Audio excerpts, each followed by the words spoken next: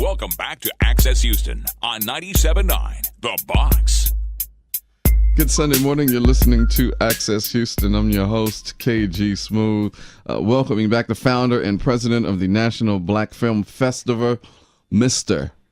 J.O. Malone. What's up, KG? Glad to be back, brother. Man, welcome. It's that time of the year again. Yes, sir. I remember you made your debut on this program around this time last year talking about the National Black Film Festival. I was like, man, I didn't know Houston had one. He was like, they do now. Yes, sir. Yes, sir. And it is back. Tell us about, for those who may not be familiar with you and your work, tell us about you real quick. I am a graduate of Prairie View A&M University, local film producer here, trying to go national around the country. Not trying to go. Making it happen. Mm-hmm. Yes, sir. Yes, Yeah. sir. And so, first of all, I'm a husband. I'm a father. And I enjoy creating platforms for myself and other people. And so that's what my purpose is, and that's what I do on a daily basis, is creating these different platforms and encouraging my community to hold a standard when it comes to entertainment and being storytellers. Nice. Yes, sir. And the National Black Film Festival was conceived off of what? From what? So when I was 26 years old, 2015, I shot my first feature film in Jackson, Mississippi. And I took a crew out there that I was unfamiliar with. Mm-hmm. And after 21 days of shooting in Jackson, things kind of fell apart, didn't work out well. And I found out that, I need to take people out there that understand me, understand the culture of where I come from, understand my ideas. And so I came back to Houston. We developed a couple different things. Me and my team, we tossed around a couple different things and say, okay, we need to build crews from here, entire full crews from Houston, people who understand how to get it done, people that I like, people that you want to work with and all that kind of stuff. And so we birthed the National Black Film Festival to be able to actually shoot from here as well. And so that's what it's about. Nice. Mm-hmm. Now you're listening to Access Houston, talking to J.O. Malone, the founder and president of the National Black Film Festival. When is the festival happening, my brother? Next week, May 2nd through the 5th, 4-day festival, and it's going down at the AMC 8 in downtown Houston. Okay, so that'll be this week. Yes, sir. This week, and you've got some workshops, you got screenings, you've got panels where you're going to have a discussion panel and all of that. What will some of the workshops entail? So we have 2 workshops, the acting workshop and writing workshop. Our acting workshop is hosted by Troy Rowland. Troy used to be the acting coach for Lizzie McGuire back in the day from the Disney Channel. Yeah. And he is renowned all across the country. He travels all across the country doing acting classes, some reality shows that you've seen. He kind of trains up these actresses and actors. He's a great, impactful coach. You have to be in the building for him. His energy, it just takes you to a whole nother level. He actually does acting classes here in Houston at the Houston Museum of African American Culture every other month. And so you just have to be in the building with him. And also our writing workshop is hosted by Alan Maldonado. He stars on Blackish, as well as The Last OGs with Tiffany Haddish, Tracy Morgan, and it's also directed by Jordan Peele. Yeah, that's great. He's 2 successful shows. I like The Last OG too. Yes, sir. That is a funny show. And so you've got these screenings. So what? We got some exclusives that'll be coming down. Yes, sir. We have actually over 50 screenings from all across the country that's coming here. All right. So 50 screenings, 4 days of action-packed films right here in Houston. We have a special screening called Digital Lives Matter by Terry Vaughn, directed by Terry Vaughn from the Steve Harvey Show. Yeah. And she's actually going to come down, talk on our Women in Film and Entertainment panel, and then go ahead and screen her film as well at the National Black Film Festival. Oh, I got to see that. I got to see that and see her. I wonder if she'll remember me from when I was doing radio. I'm sure she does. Well, she was ready to risk it all for me, so I don't know. You know what I mean? She was on her brother. She was on her brother. Like, I mean, come on, Terry. yeah, for real. So I wonder if she would remember me. I have to be there. Yeah, I like this. I like and the panels. Yes, sir. What will we be discussing on some of these panels? So we have our Women in Film and Entertainment panel, and of course our filmmaking panel will be hosted by our own KG Smooth. Oh, yeah. How about that? The filmmaking panel. We have some influencers that'll be coming through, and each one of these people that are coming through, I call them influencers. I either know personally or have hour-long conversations over the phone to make sure they understand Houston culture, make sure they understand the grind of us trying to make it from Houston. See, I don't want to know how it's done in Hollywood or Atlanta. I want you to bring back, hey, look around. Look around what we have. Look at the landscape. So much. It's so much stuff wide. to do. Can you help us figure out how to do it from here? And there's so many times we go to Los Angeles or Atlanta, whether it be the cost of living or the people. Look, this is the South. We got to figure out how to pursue these dreams and these passions that we have and do it from here and do it year round. Because at the end of the day, we're just trying to make a living. Yeah. Trying to make a living, but be able to tell the stories from our perspective. And what better than to do that in our own backyard, in the fourth largest city in the country? Absolutely. Listen to Access Houston, talking to J.O. Malone. The National Black Film Festival is happening here May 2nd through the 5th at the AMC 8 downtown Houston. I didn't even know that there was an AMC theater in downtown Houston. Is this new? It's actually new. It used to be formerly known as Sundance Theater in the Bayou Place. It's in the Bayou Place Center. Okay. Yes, sir. Okay. Over down. Oh, wow. Well, look so at there. The first Black Film Festival in the AMC in downtown Houston. How about that? Yes, look at there. But before we got on air, we were talking about Kanye West and you know these tweets and him just promoting free thinking, because I think that a lot of people are probably going to jump on him, as they probably should, but Kanye is still family. And even though he's, saying that he, I love Donald Trump and, all some other things that got you, that'll get your attention. Right. I think there's a bigger message, probably if you dig deeper into what he's saying or what he's doing, or it all could be a stunt for the album that he has coming out. But you said something very important. It was like, free thinking, for us to tell our own stories, because that is very important. Right. And I was like, you know what, J.O., you are absolutely right. Why is it so important for us? And this is rhetorical to me, but maybe someone doesn't know. But just talk about the importance of us telling our own stories. It's very simple. I mean, at the end of the day, we're just trying to, what we say, live our best lives, right? And you want to do that. I'm thinking about all kinds of things right now when I say that, right? But for me, my best life is to be a family man, right? But then also not be in captivity at a 9-to-5 or anything like that, right? I want to do something that makes an impact. And so God gave me the gifts to have vision, whether it be talent, a talented director, a talented actor or actress, and to be able to give them a platform. And that's what we're doing with the film festival, to be able to give those people a platform to be able to tell their own stories from their perspective. So I come from Pearland, which was a mixed bag of everything. Then I jumped to Prairie View, which was a HBCU all Black, and it was a culture shock for me.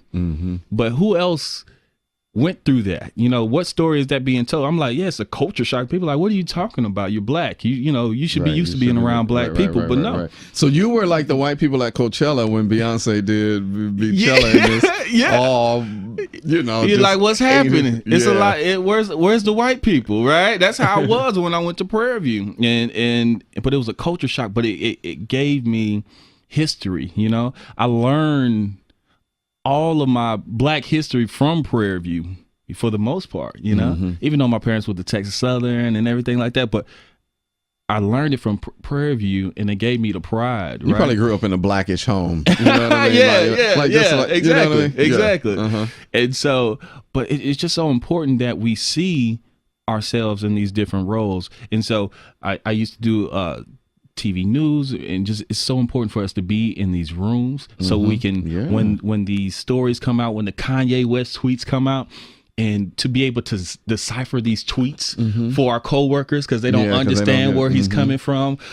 Just any different topic that comes up, it's important for us to be in the room, in the writing rooms, like Alan Maldonado is with The Last OGs. He's a writer for that show as well, not only an actor but a writer. Nice. And to be in these rooms and say, okay, well, this is my perspective. I grew up like this, and this is how it is. This is how it is. Instead of somebody trying to tell our story from what they heard. Yeah. And I think that if we do that, we would have less situations like, where do I begin? The Kendall Jenner Pepsi commercial. Yeah. The H&M coolest monkey in the jungle ad. Very simple things to say, hey man, I might not want to do that. Yeah, even though the symbol of a monkey everywhere else in the world is praised upon as the smartest, animal and all that, here in this country, correct, has a different connotation to it, different definition. So yeah, that's dope. So get ready, all my aspiring actors, screenwriters, screenplay writers, just a writer period, director, producer, all of that. It is going down this week, May 2nd through the 5th at the AMC 8 in downtown Houston. The National Black Film Festival. They're going to have a networking event on the opening night. It's an all-black party. What night is that? All-black party be on the is 2nd? Friday. Oh, Friday night at the okay. Houston Museum of African American Culture. And Thursday night, we actually have a monologue slam. So for those we're giving our actors a live opportunity to present their skills in front of filmmakers, producers, influencers on that Thursday night, also at the AMC. So a monologue slam inside the theater. And that's just going to be an amazing time. Sounds dope. Give the social so they can get more info. So if you want more information on National Black Film Festival, go to nationalblackfilmfestival.com, and all of our social media handles are National Black Film Festival. So just make sure you follow us. Check out what we're doing this week. Check out what we're doing in the years to come. Workshops throughout the year. And we are going to develop a sustainable film community right here in Houston. And this is the launching point for that. Good stuff. J.O. Malone, the founder and president of the National Black Film Festival. Man, some good convo. Thanks for coming through. No doubt, KG. Good Sunday morning. You're listening to Access Houston. I'm your host, KG Smooth, welcoming a few first-timers in the studio. She is actually, you know what? I'm going to have her introduce herself because I don't want to get the title of her organization with the model group district. So, ladies and gentlemen, wait, did I say it backwards? You did. Did I? Well, first, this is a fabulous young lady who's going to introduce herself. Okay, my name is Kiviette Pharr, known as Miss K with the Model District Group. The Model District Group. I said it wrong, and I'm a part of this thing. That's a damn shame. So, welcome, Miss K. Thank you. And you have brought with you the lovely Nicole Rhocherlyn. Yeah, Nicole, we've seen you. Nicole is a plus-size model. She's also with Love and Sunshine Media. Yeah. Yes. With your yellow on, you're looking like the sun. Well, I do my best. Yellow actually is my favorite color, so yeah. Well, you look good in it. I have to represent. Also, he is a well-known fashion designer here in Houston and all over. The incredibly talented Mr. Danny Nguyen Coutour. Welcome to the program, sir. Hello guys. Thank you for inviting me. Yes, well, thank you for being here. And then, and you've heard his voice on a few of the Access Houston political roundtables. Mr. Sam. How you doing, sir? Welcome. Thank you for having us. Welcome back. It. So you all are part of the nonprofit organization Big Girls Rock. Yes. And Big Girls Rock 2 is presenting the Big Girls Rock 2 fashion show, which will shed light and help benefit domestic violence and sexual assault. Correct. So tell us a bit about Big Girls Rock. Well, as you stated already, KG, Big Girls Rock 2 is a wonderful fashion show, and this year it's the fifth year. This is the fifth time that these ladies are doing the show. The creator, Donna Rogers, along with Miss Devonka B and Miss K with the Model District Group, putting on a great fashion show, and it's called Behind the Mask.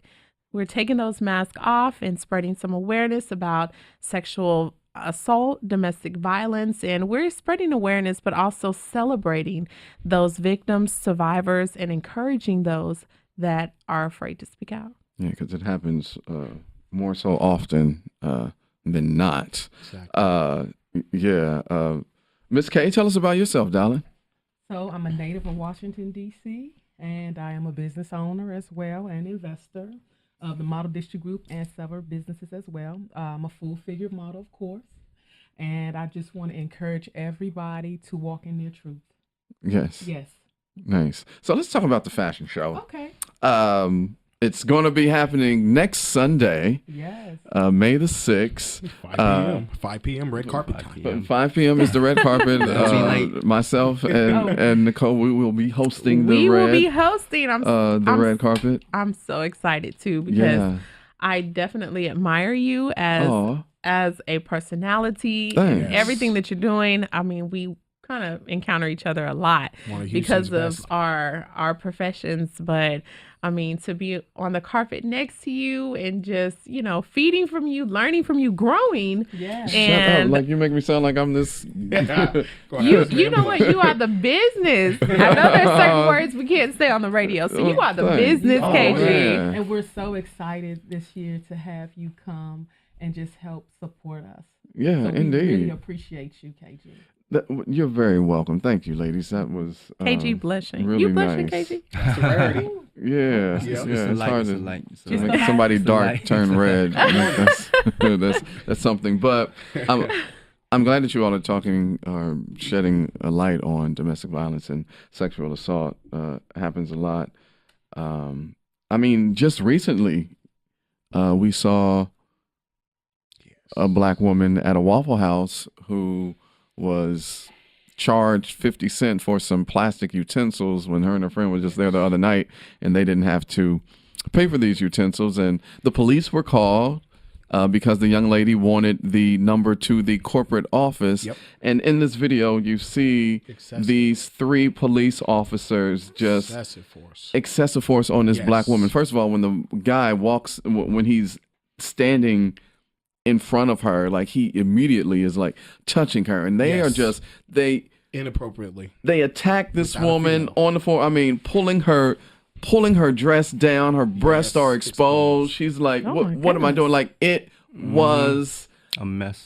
It reminded me of I already know something like the overseers that was about to rape one of the black slaves. Like, that's what it looked like. Wow. It was, and that was that bad. That was here? No, it wasn't here. Where But did I mean, take it was somewhere in the South. Oh, somewhere in the South. In the South. Yeah. You know what? The South I can't needs remember. to catch up with the North because. So what happened to a female police officer being called out? Right. You know, it was in Alabama. Oh, it was in Alabama. Yeah, and it was in Alabama. That is the problem here, because 1 in 6 women encounter the sexual assault or any type of abuse. Mm-hmm. There are not just women, but men as well. Mm-hmm. And there are all types and forms of abuse, Mm-hmm. not just physical. There is mental abuse as well.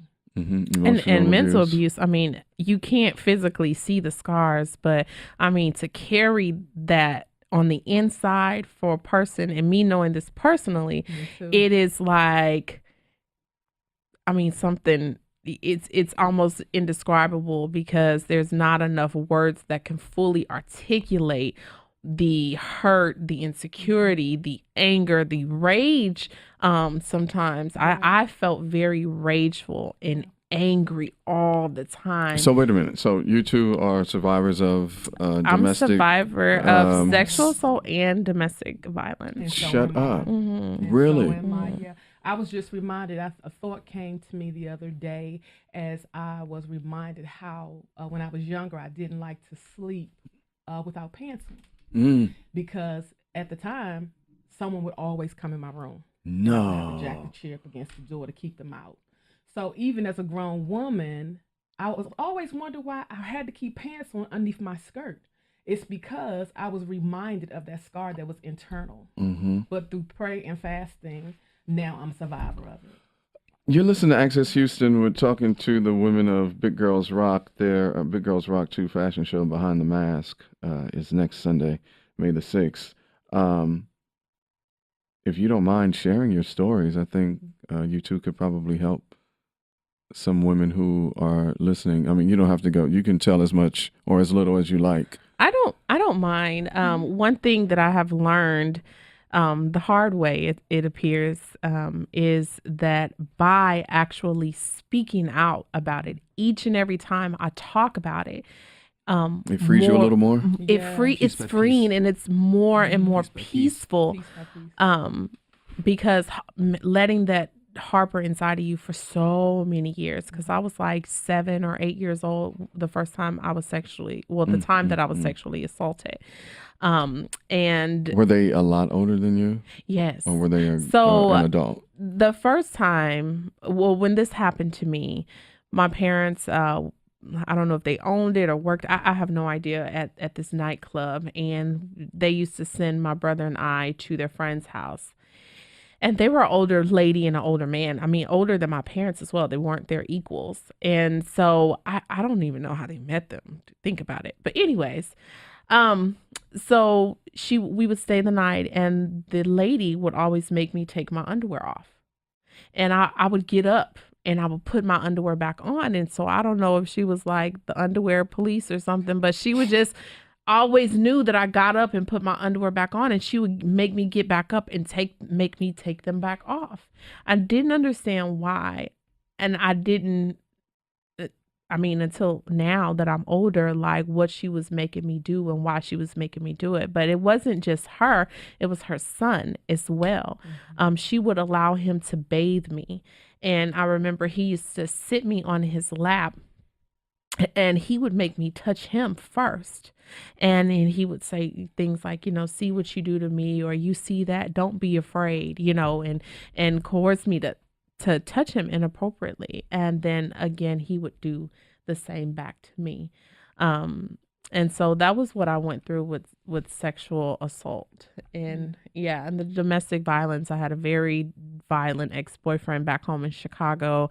I mean, he snuck in my window. I woke up with a gun to my head. Like, he hit me, he beat me, he kicked me in. I was bleeding like crazy. I didn't go to the emergency room because I couldn't explain to my family how or why this is just sporadically happening. Yeah. But it was hard to cover up. It was hard, and it was hard to get away from. And it's hard to recover. Even as a woman now today, it's just hard to recover from the scars that remind you and of just everything that's going on right now. So I guess with you, Miss K, it happened at a young age as well? Yeah, it happened to me at a young age as well. As I was saying that I would have to put the chair underneath my door to keep people from coming in my room. And I remember my first year of college, I wrote this paper called The Conditions of Life. And I was telling in the paper all the things that happened to me in my childhood about being molested and just all these different things. And the teacher came to me. She said, "Oh, we really want to just publish this paper." I think she thought that it was something that I made up. And it was not. Mm-hmm. It happened to me for real. And I just remember going back to the video one time. I was watching myself. I had on the skirt, and my pants came down below my skirt. And God said, there it is. And I thought I was healed from it. He showed me, you still have on those pants underneath that skirt. And the pants protect me. I feel more protected when I wear the pants. And I know that might sound crazy to some people, but sometimes you do things to protect yourself, even though others can't see. But as I stand here today, I'm telling you, if there is something that is going on that you need help with, domestic violence or sexual assault, there are ways and there are places that you can go to get help. You can call us. Call the show, inbox us if you need. Call us, inbox us. Yes. look, you can reach us. Social media is everything. So I mean, you can always see who our mutual friends are if you feel like you can't get directly to us. And I mean, I love that people reach out. This whole movement that Big Girls Rock 2 is doing has solicited other individuals. People have reached out to me in particular, and I do believe to some of the other ladies, sharing their stories of their abuse. And I mean, some of these ladies are not as fortunate to still be able to put just some makeup on and their face looks okay. One lady reached out to me because she experienced domestic violence, and at the end of her relationship, the man poured acid on her face. And I mean, her whole face is burned. I mean, she had to get her eyes like basically tattooed on. Like she barely has the ability to utilize her real eyes. I mean, it's just sad, but it's encouraging those people to speak out. We just got to remember that it's not just women, men as well, and they don't talk about it. Yep. You see, and then they grow up to be strong. They appear to be strong men, but then you find out under the surface it's so much pain. And also, men need to be the ones also backing this movement up. You know, we're stronger in numbers, and you know, women, they have this stigma on them when they speak out, when they say their truth, they're not believed. And you know, we see that is still in, you know, in the culture. It's still you know, it's still in the climate. So men, you know, we need to encourage our brothers to actually speak up and back these women up, so they, you know, they will have, you know, the courage and also build it up for the next woman to speak up and say their truth as well. And even if it's like a spouse or a boyfriend, you have those relationships, and they're deep relationships. So knowing if your spouse, whether it's your wife or your husband that went through those, you know, it is our duty to help and aid in each other of growth and healing. Absolutely. Along with prayer. And that's why I like this platform of Big Girls Rock too. Yeah, so let's talk about the fashion show. Danny, you have designed some special pieces for the show that's next Sunday? Yeah, I designed some pieces for Miss K and Nicole, and then also for you. You know, we got you a piece too. Oh man, I cannot wait! I get to wear Danny Nguyen original. Danny Nguyen Coutour. I am the too. collection is my new collection that I just featured in New York in March, which is the fall winter 2018 collection.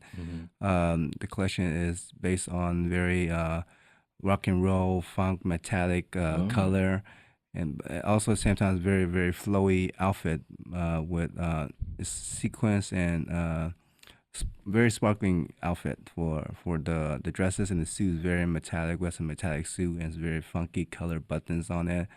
But I think it's gonna make a very impact show, make people see, you know, what Big Girl Rock can do for the community, and what full figure models can do. What Danny Nguyen can do also that can help the full figure community as well, because he's putting his name in this as well. So it's amazing to see, you know, this collaborative effort with Big Girls Rock and Danny Nguyen. Yes, most I feel like most designer are afraid to step out of the spectrum of the norm. Sure. And I feel like if in order for you to progress something, you need somebody to be the stepping stone.